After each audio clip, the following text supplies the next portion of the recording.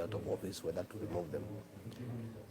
But I made a decision to let them stay there because they are a constant reminder of betrayal. Yeah, when I see William Ruto in that picture, a man who came here many times, calling, eating in his house, staying here for long, taking tea, asking me to call people for him to talk to. When he betrayed me in such a vicious manner, I decided that his picture should stay there so that when I come in, the first thing you see I see him, and I remember about betrayal. So when people come to see me here, I look at them very closely. Because when I look at him, I remember how he betrayed me. I look for possible betrayers. Yeah? And I'm very careful. Are you saying that looking at me keenly? I am very careful with people now. Yeah. Because I have learned not to trust people I know well. Okay. And his picture there is a constant reminder to me to be careful. Even as people are here talking, I measure what I say. I don't tell them too much. I'm careful not to give my all. Yeah. Because I've been betrayed by a man. I thought he was a good man. He was a Christian. He was saved, and then he betrayed me. Yeah. So that picture will remain there forever for my life. So that anytime I see him, I remember about betrayal. And then I'm careful about the people who come to talk to me. Okay. Yeah. You didn't see it coming, though? I didn't see it coming until late. The guy is good. Deception? Pretty. Wow.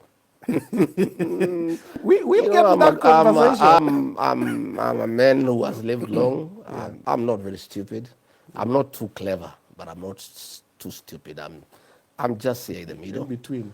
Yeah, I'm a graduate. I'm a political scientist. And the guy actually conned me. I didn't see it coming. I believed him. Can you imagine?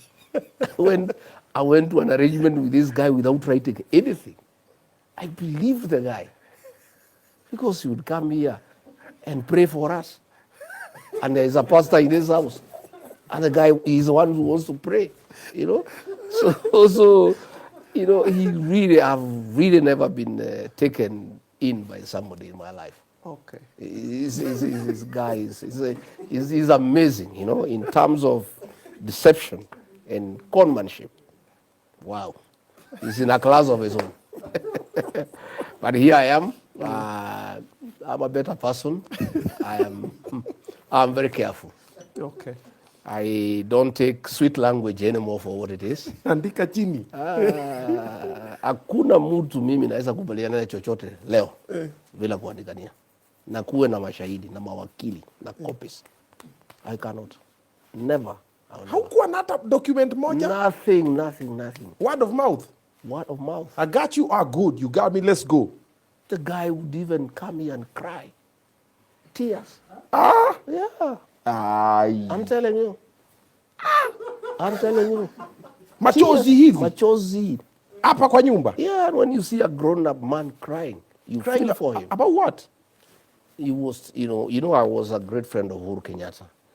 I was his PA. And at one point, he felt like I'm under so much pressure from my family and other people to go back to Uhuru Kenyatta. And he knew if I left him, he's done. So he was here crying. My brother, please, I beg you, don't leave me. I've suffered. I'm a good man. I'm a Christian. My brother, let's stay together.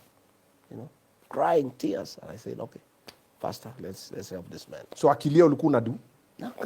I was in shock. Hata Soviet? Sasa mtu mzima analia machozi anakulilia.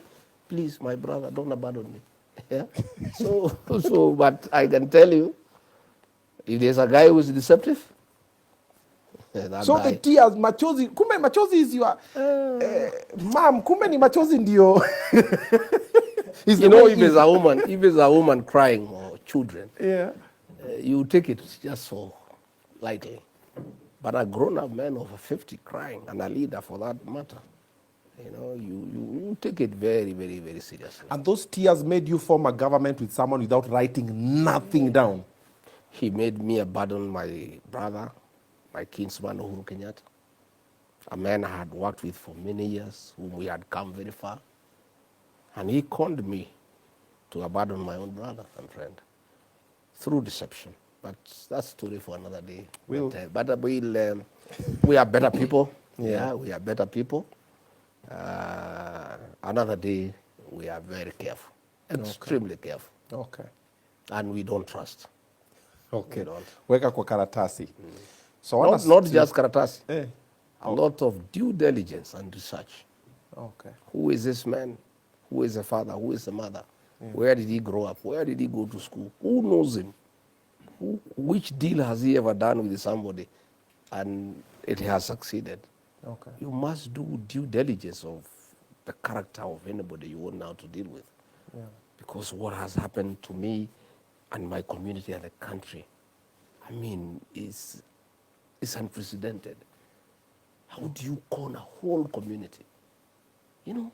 We'll get to Bishops, that conversation. reverends, pastors, you know? We'll get to that. Men of God, you know? We are coming there. You know, I'm telling you, we must be very, very careful. Okay. And those are the lessons that I've learned, and I'm grateful to God that I have time now to rectify, and in my future endeavors and relationships, I am more informed. We'll work on it. Yeah. Okay. So before we get to the political side, how you met President Ruto, then how your coalition, your partnership worked, and also we've seen a lot of things happening in the government from the cabinet reshuffling and everything. We're going to get to that. There's some part here that a lot of people don't have a lot of information on. Let's talk about marriage. Yeah. You've been married for a while. I want us to talk about that one, how you met, where you met, and what's about. But before that, let me talk to my people about Phone World. You can have your hour. Okay. This show has also been powered by Phone World. They're the people who enabled me to be able to stream with this amazing gadget over here. So if you want to get yourself a classic gadget, any type of phone, whether it is Android or it is ingine naitwaje? Si Android nini iko nayo? iPhone?